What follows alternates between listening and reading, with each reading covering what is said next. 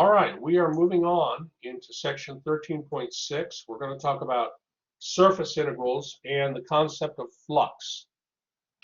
So, but first let's talk about surface integrals.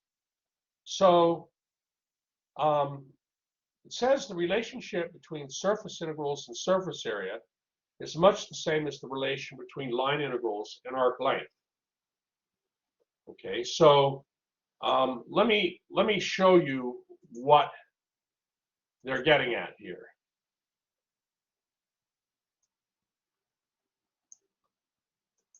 Okay, so first off, we're talking about a surface, and it's important to be able, for any surface, to be able to find the parametric representation, the vector function of u and v, or x and y, or phi and theta, or whatever, theta and rho. It's important to find the vector function of two variables, the two parameters. That allows you to scratch out that surface in space. As the parameters change values, the tip of the vector moves, right? The position vector moves, and it scratches the surface out. What we're interested in finding here is this quantity here. So you see, what we're going to do is we're going to evaluate a function. Okay, let's say it's a function of 3 variables. We want to evaluate a function at a point, and then we want to multiply by a piece of surface area at that point. So when you learn about line integrals with respect to arc length, you took a function and evaluated at a point and multiplied by the arc length along a curve at that, going through that point. Well, now we're taking the function of the function value, but we're multiplying it by a piece of surface area, delta S sub ij. That's called a surface integral. That's known as a surface integral. So naturally, I guess I can show a picture here. Geometrically, this is what's going on. You vary your parameters u and v along some region D, and you have this vector function r of the two parameters u and v, and then it scratches out a surface. At some point on the surface, you have a patch. You have a patch that has a surface area. We're going to take the function evaluated at the point p sub ij. Okay, that's a point located where the surface, where that little patch of surface area is, and then multiply it by the surface area. That's what we want to do, and it has tremendously important applications, this concept. So naturally, if you take more and more points, the patches are going to get smaller and smaller, and obviously, if you want to approximate the surface integral of the function over the surface S, the more points you take, the better. Right? And so that double Riemann sum in the limit becomes a double integral. Now, notice the double integral is the d sub s. That's not arc length. That's a capital S in the formula 1 there. That stands for a little change in surface area, that d sub s. It's not arc length. It's not d sub little s. It's d sub capital S. And of course, this double integral, if we could find a substitution for d sub capital S, that would help us. So, okay, here we go again. Let me see here. Let me just highlight this. So, you remember when we talked about surface area back in, section 12.6, we talked about how we can approximate the area of a patch on the surface with the area of a parallelogram. The area of the parallelogram can be found by taking the two tangent vectors of r sub u and r sub v at the point, take the cross product, take the length of that cross product vector and multiply by delta u and delta v. Okay, and we learned that that approximates the area of the ijth patch. If you look back in figure 3, section 12.6, or I should say figures 2 and 3, you'll see that. So why don't we substitute in for the Riemann sum up here for the delta sub sj, s sub ij. Let's go ahead and substitute in this approximation for the area of the ijth patch. Let's do that, and then take the limit. Let m and n go to infinity. Well, what that's going to give you is a formula 2, that allows you to find this surface integral of the function over the surface S.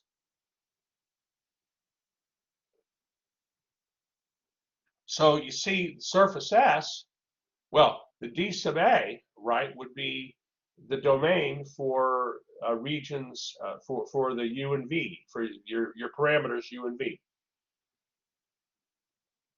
So this is a nice formula. This is a nice formula, and this formula here. Oh well, they have make a little note here. We assume that the surface is covered only once as uv ranges throughout its domain. The value of the surface integral does not depend on the parameterization used.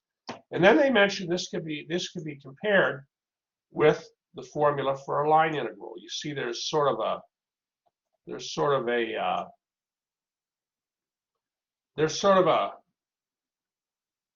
analogy between the two formulas. If you look at the yellow formula, that's the formula for a line integral with respect to arc length. The formula highlighted in yellow, and then the just generally highlighted formula above is the formula for the surface integral formula. So I mean, there's beauty in mathematics. Now, the cross product RU cross R sub V, well, I want to say this the right way. In the highlighted formula here, that formula is always going to work. Always going to work. But of course, if your surface is a function, for instance, of x and y, okay, if your formula, if your surface, hold on here, is a function of x and y,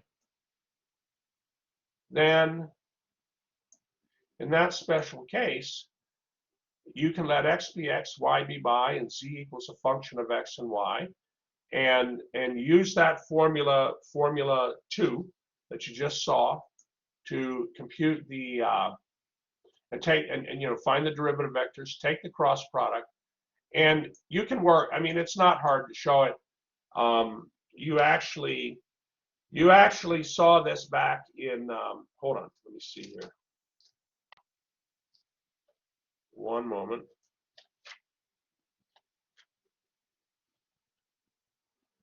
Yeah, if you look like in section 12.6, the surface area section, they talk about the surface area of a graph. And they show how the surface area formula, the general one, can be reduced to a formula like you, well, it can be reduced to a more simple formula. And same here with surface integrals. The general formula, which is, hold on.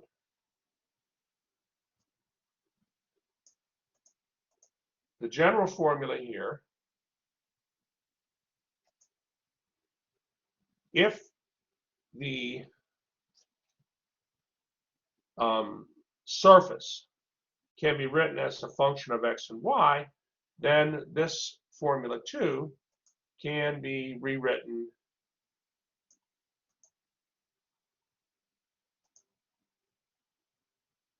as formula 4. Okay. And naturally, you can adapt this to if you have a, if you have a function that's a surface that's a function of y and z or x and z, you can get a similar formula. So I wanted to just bring that to your attention because it seems students do like using those formulas. However, you have to remember these formulas do not, the graph formulas do not work all the time. And I tend to like to use formulas that will work all the time. So I tend to use this formula, formula 2, to find the, hold on here, to find the surface integral of a function over surface S. I tend to use that all the time. And I have a nice example that shows this. So let me bring up this example. No, I don't want that. Hold on.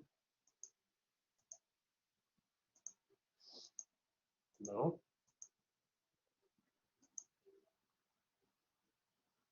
Okay, let's do this example together. Now, this example, the book has nice examples. These are my examples are to add to the book's examples. Well, yeah, I think this example is like not in the, it's not one of the examples in the textbook in section 13.6. So, but it's a nice example. Let me give you a moment to copy this example down.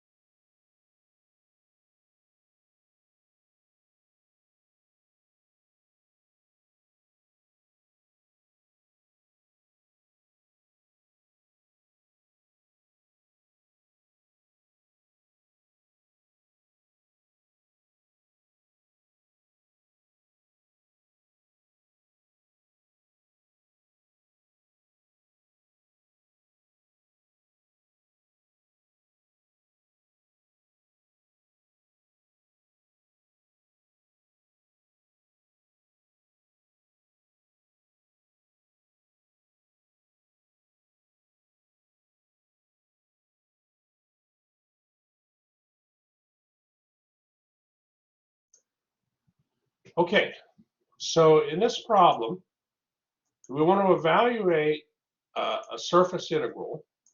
And you know it's a surface integral because d capital S, that means you're computing a surface integral. Okay, what's the surface? Well, the surface actually it's consists of the union of three surfaces. You have the part of a cylinder, between the plane z equals 0 and z equals 2. So think of a vertical cylinder being cut. Vertical cylinder goes up and down forever, but of course you can't have that because your surface area would be infinite, right? So we have to have a finite surface. So have the cylinder begin at the xy plane and end at the plane's horizontal plane z equals 2.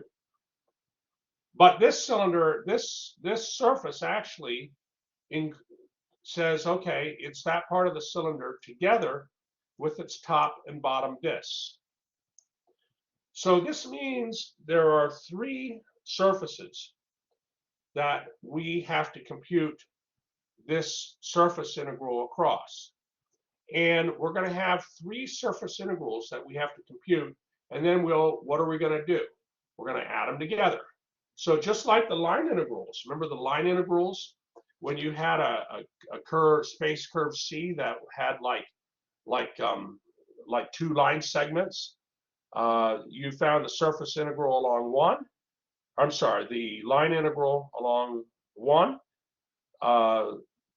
So like an example, I want to make sure I think of a space curve with it could be any two different space curves connected together. But I think, I think on the exam you had a problem, right? Where you've seen it in the homework, where you have a line segment and it stops, and then another line segment begins, and so you have two like line segments together. And for the line integral for the entire curve, if this is your curve here, you had to find the line integral across the first curve, the first line segment, and then the line integral across the second line segment, and then add the line integrals. How many remember that? How many remember doing that in homework and so forth? Okay, Yeva recalls that. Yeah, it's kind of, so surface integrals, it works similarly.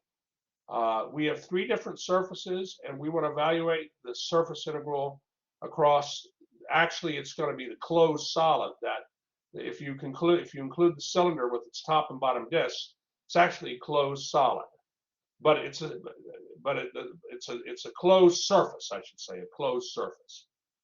Okay, so here we go. Now let's go ahead and work this out. So first of all, I have my surface S1, my surface S2. Surface S1 is the top disc. Surface S2 is the cylinder. Surface S3 is the bottom cylinder, a bottom disc. And the surface S is the union of the 3 surfaces. So what I have to do is for surface S1, I have to find the parameterization. Well, the surface S1 here, Z always equals 2. So Z would equal 2. But if you think about the surface, right, the surface consists of all the points inside the circle. So you could really think about surface S1. Maybe I can try to,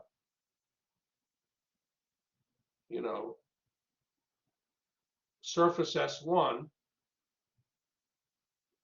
Think about it, it's a circle, but to get the entire surface, think of a bunch of concentric circles, being in there, and then you get your entire surface S1. So that means then that every one of those concentric circles is going to have a different radius. And I'm going to call that radius V. And V is going to go from 0 to 3 because the cylinder has radius 3. Now, in terms of drawing all those little concentric circles, we need a second parameter, u, and we have cosine of u, sine of u. So cosine of u and sine of u, that gives you the that by letting u vary, by letting u go from 0 to 2 pi, that's going to create a circle. But then you have to adjust the radius of the circle of the circle. So you want different circles, because a bunch of different concentric circles put together forms the surface. Think of it like that. So you have to have a parameter v that controls the radius, and v is between 0 and 3. So when I do these problems, I find it very helpful, once I get my parameterization, to right away figure out what the limits are on the parameters, because then that's going to relate to the limits for my double integral.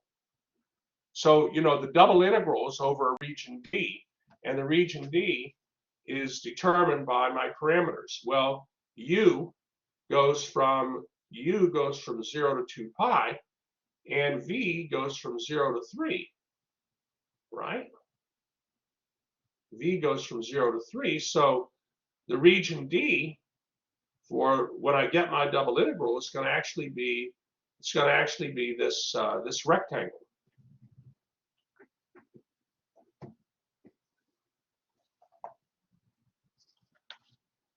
Now let's remember that, maybe I can fit it in up here. The surface integral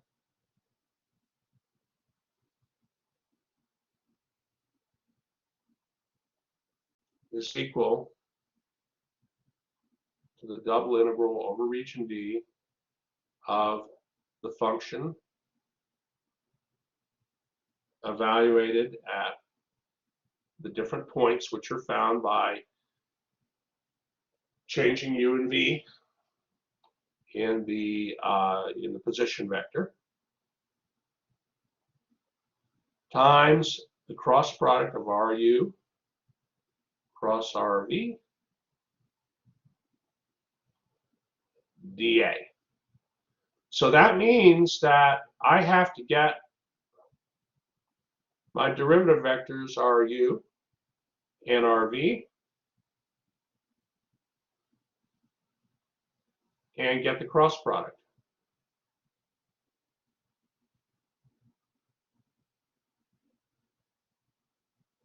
So again, if I'm finding the derivative vector of r with respect to u, I hold the v constant. The derivative of cosine of u is negative sine of u. The derivative of sine u is cosine u. And similarly, if I find the derivative vector of r with respect to v, the second derivative vector, I hold the u constant. And now I take the cross product. And so these problems are kind of long problems, right? Because you have to do this kind of thing. You get the cross product, and it turns out to be negative v times the k vector. So I think I put in enough details here, but please let me know if you have any questions. I'm going to let you copy.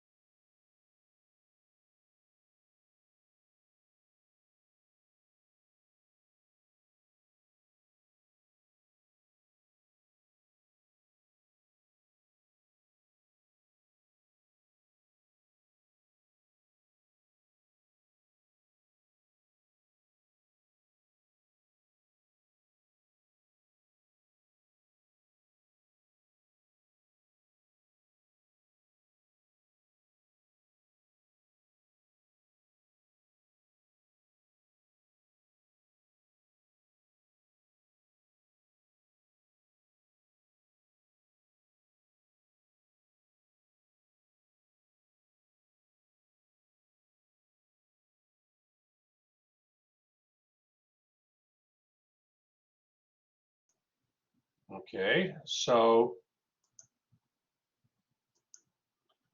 now, of course, we're going to need to get the length of the cross product vector, which would be the length of negative v times the k vector. That's just going to be the square root of 0 squared plus 0 squared, because the x and y components are zeros, and then the I and j components, and then you got negative v squared here. That's going to give you v. Now, you've got to be positive v, because v is between 0 and 3.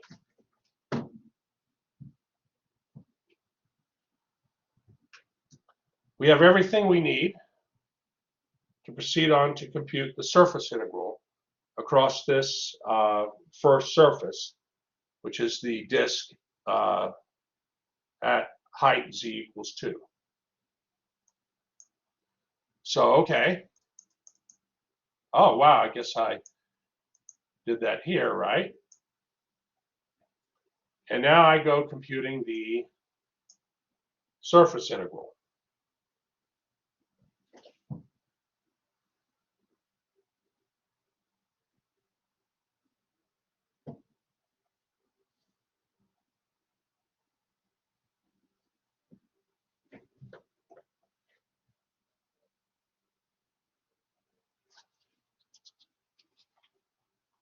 So remember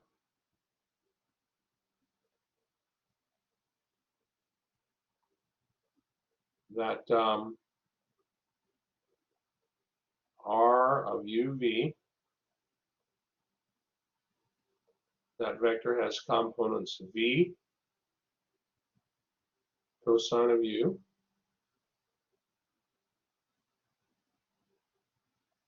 v sine of u, and then 2. And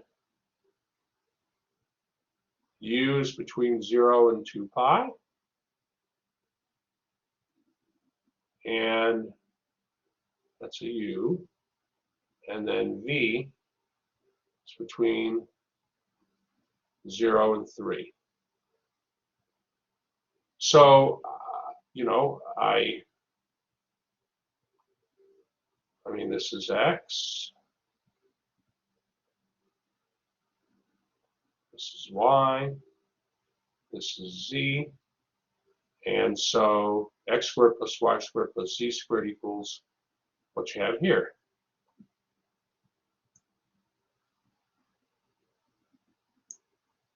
Now, naturally, this part here is equal to v squared times cosine squared u plus sine squared u. And so cosine squared u and sine squared of u equals 1. So you get v squared. This v squared here is from v squared times 1. And then 2 squared is equal to the 4.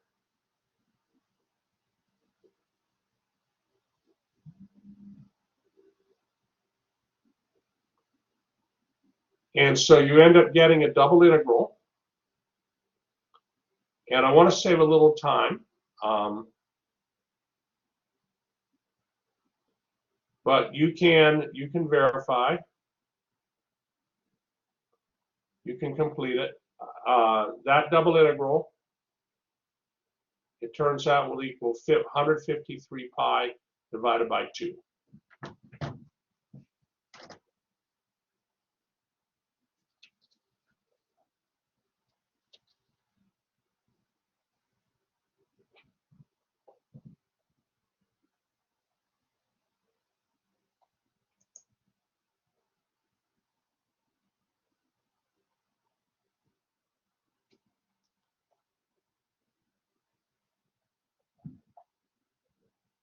Are there any questions so far?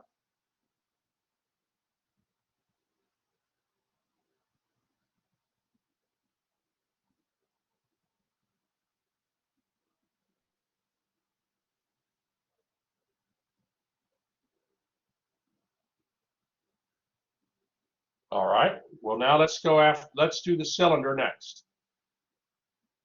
So our surface consists of the union of three surfaces. The second surface was a cylinder.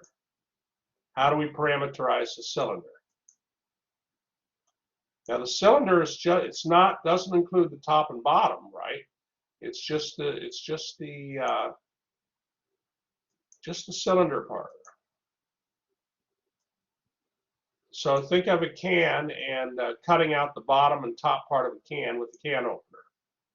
And that's going to get you the second surface. The second surface, the cylinder, has a different parameterization than the disc, obviously. So what would it be? Well, it's been a while since you've done parameterizations. You learned them back in section 10.5, right? But the cylinder has radius 3. Cosine u and sine u in the x and y components will produce the horizontal circles. And then let v vary. And if you let v vary, you'll get different circles, right? And if you put all the circles together, you're going to get a cylinder. U has to be between 0 and 2 pi, and V is between 0 and 2.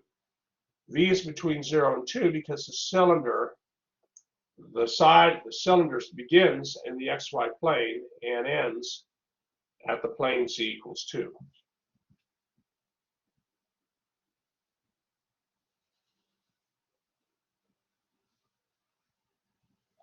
Are there any questions so far?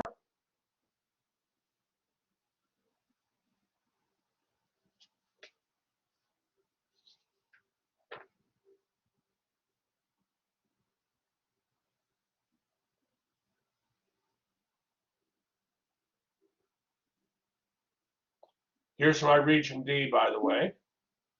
Norita's good, all right, good. Here's region D. It's a rectangle. Matthew's good, all right. So you take your derivative vectors, the derivative vector r with respect to u, you hold the v constant, and you'll get this derivative vector, and then the derivative vector r with respect to v, you'll hold the u constant. That means cosine of u and sine of u, or derivative of those, equals 0 if u is being treated like a constant, and so r sub v is 0, 0, 1. Set up the cross product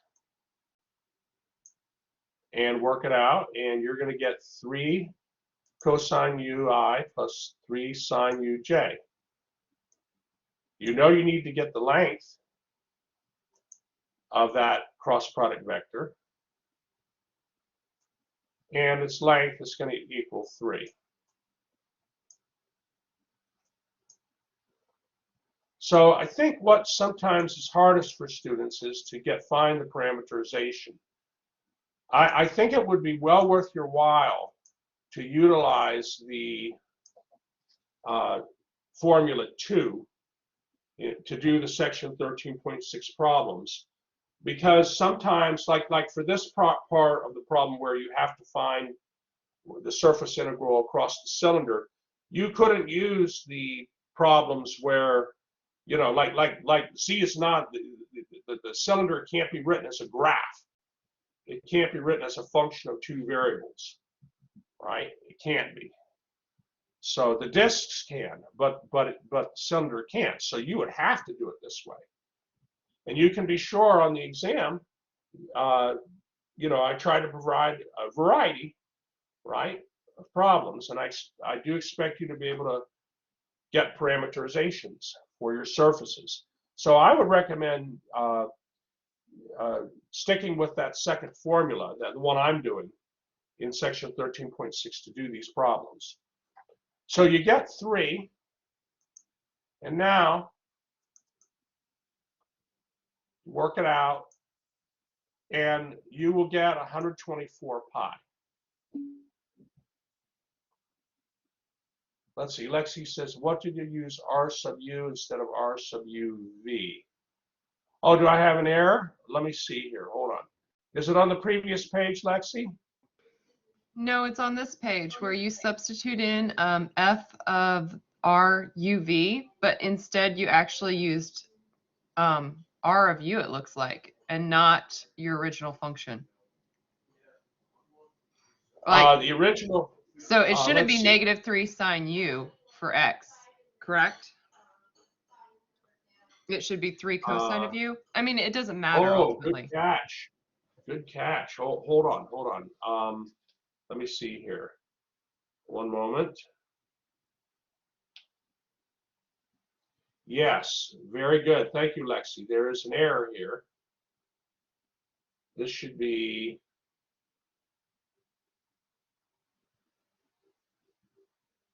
3 cosine of u.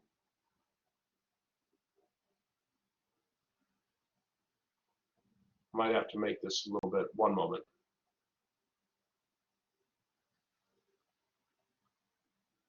One moment. I know what I need to do here. I need to get my little.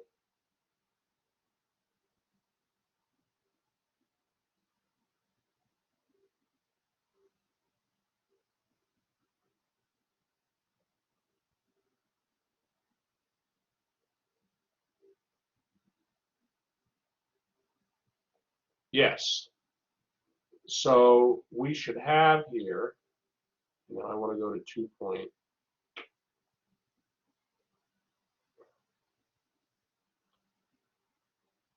We should have here 3 cosine u for the x part. For the y part, we have 3 sine of u. Okay, let me make that just a little nicer. I want to try to be as good as I can be here. One moment. 3.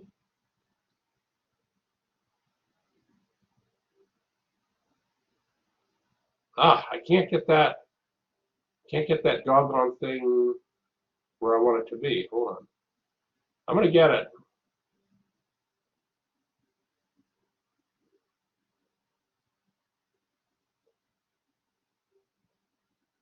That's better. 3 sine of u squared for y. Thank you, Lexi. Good catch. Good catch. Yes, it works out the same. But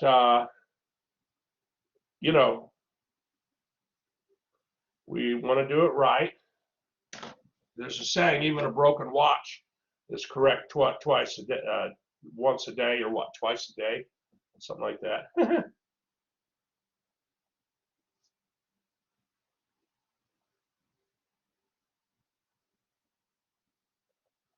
Okay, so, all right, and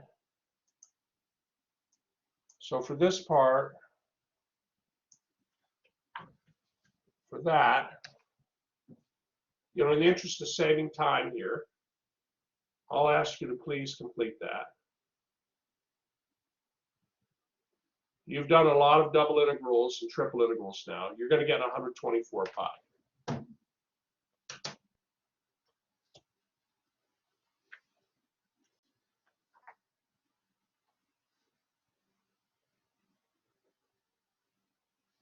Right, because let's remember what r of uv was. It was 3 cosine u, 3 sine u, and then v. Right? So, all right, let's go to the next one. Got one more.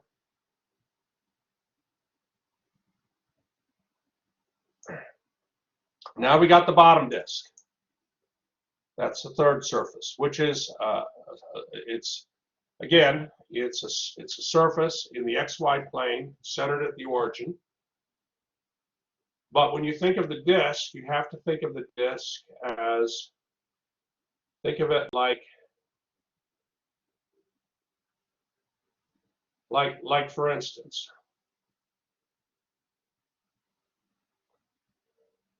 you could like sort of to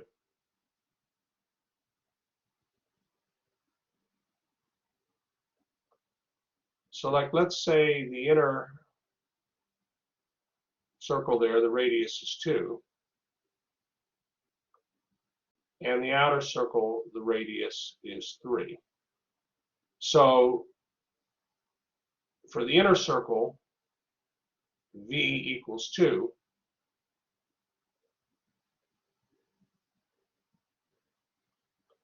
And for the outer circle, V equals, hold on here.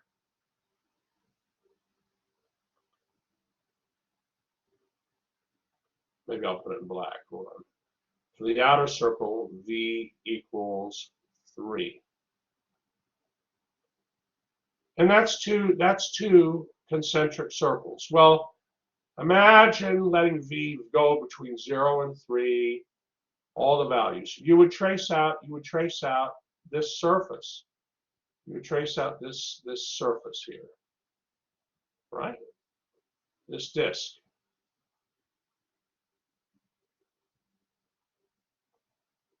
And so if you do the cross product of RU cross RV, you will get negative V times K. This is similar to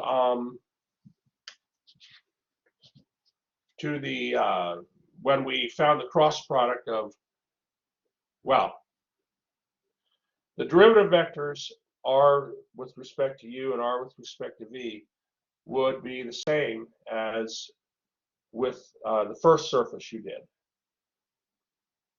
the disk at height of 2. And then if you do the cross product, you will get V.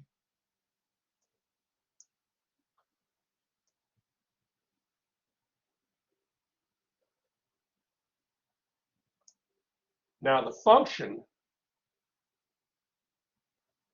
turns out would be equal, this x squared plus y squared plus z squared when we substitute in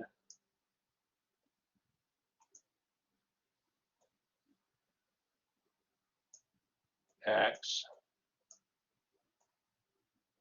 and y and z, we're going to get a different integrand. The integrand is going to equal v squared. So sometimes, like for instance, for the center of mass kind of problems, sometimes symmetry can help you, but in this case, symmetry is not going to help you, because there isn't really symmetry.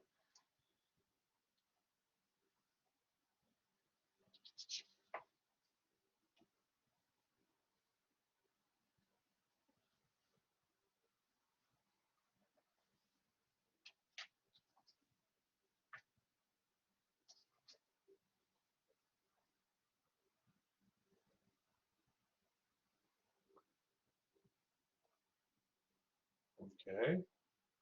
Let me know if you're feeling good up to this step here before I go to the next page.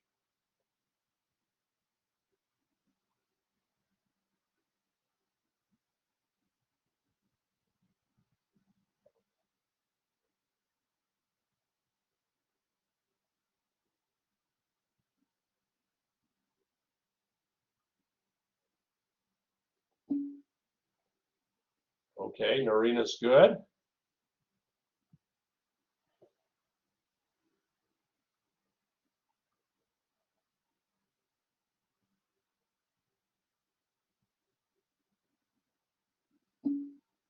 Christopher's good. Aura's good, wonderful. Yeva's good.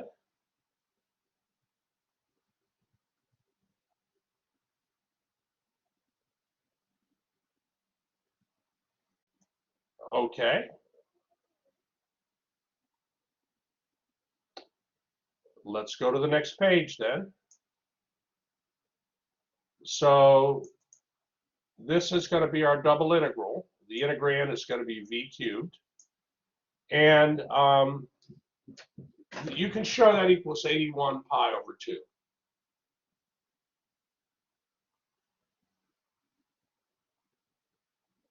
So please complete that.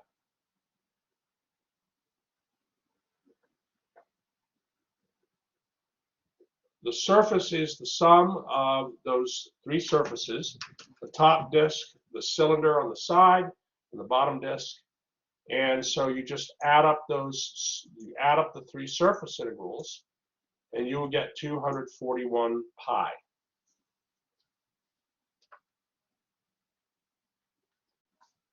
Quite beautiful, really.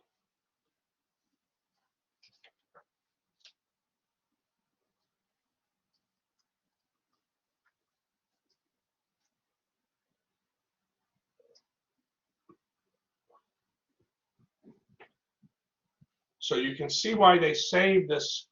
I mean, we're getting near the end of the chapter, right? And this material is drawing on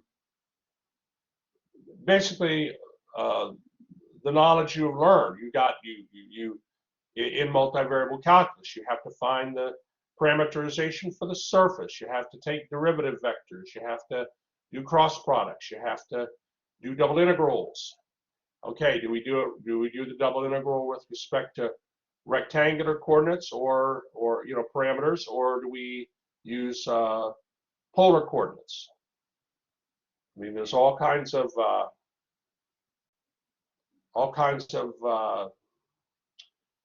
knowledge that you've learned being brought into this problem.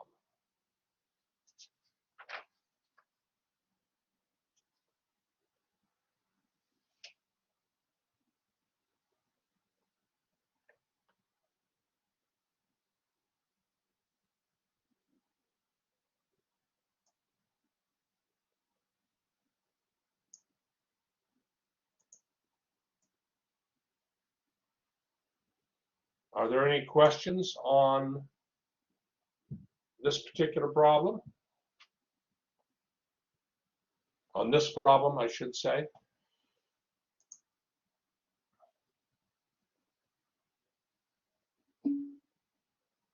Okay, Aura's good.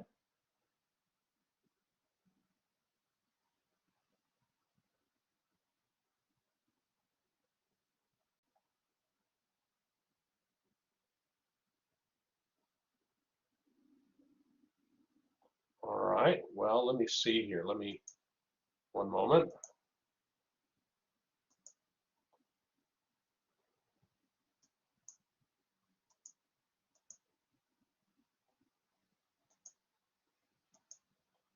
Okay, I'm going to stop the recording now. I want to mention we haven't covered all of 13.6 yet. We have to talk about flux. That's an application of the surface integrals that you're learning about, and an extremely important application. But we'll cover that after our break. All right, let me go ahead and stop the recording. Very good.